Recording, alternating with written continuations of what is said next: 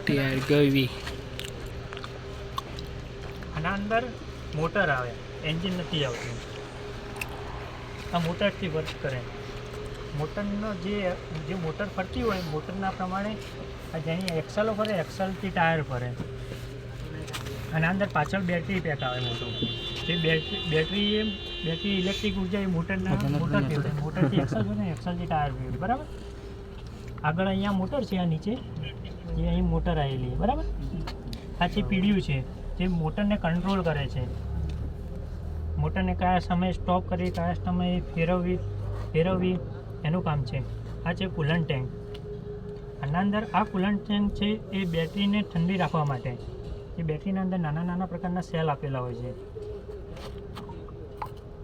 અંદર આ પ્રકારની હોર્સ પાઇપો લગાવેલી હોય છે. જે બેટરીના અંદર જે ગરમ થઈ ગયેલી હોય એ ઠંડુ પાણી રેડિએટરમાં આવે. રેડિએટરનું ગરમ પાણી, આ ઠંડુ પાણી એ બેટરીમાં જાય ને બેટરીનું પાણી, ગરમ પાણી અહીંયા આવે રેડિએટરના અંદર. બીજું આ ટેન્ક છે મોટરને ઠંડી રાખવા માટે હોય છે.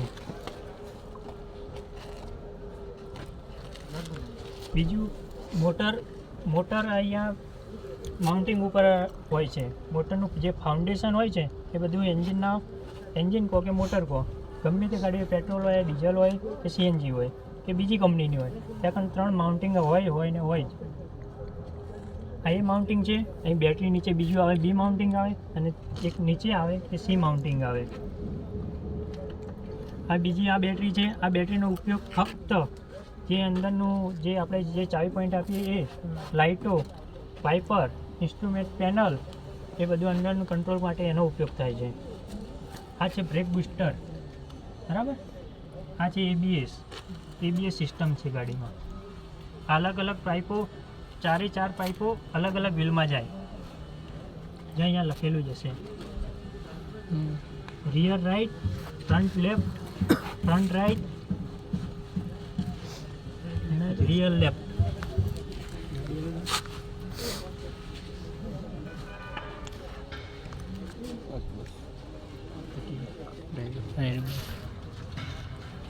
આ છે ફ્યુઝ બોક્સ.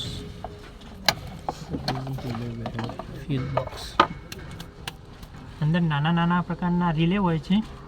આ અમુક ફ્યુઝ હોય છે. આ 25નો છે, આ 40નો છે, આ 5 વોલ્ટનો છે, આ 10 વોલ્ટનો, 30નો છે. એવી રીતના રિલે છે. આ 85 ઓહ્મનું કોઇલ છે.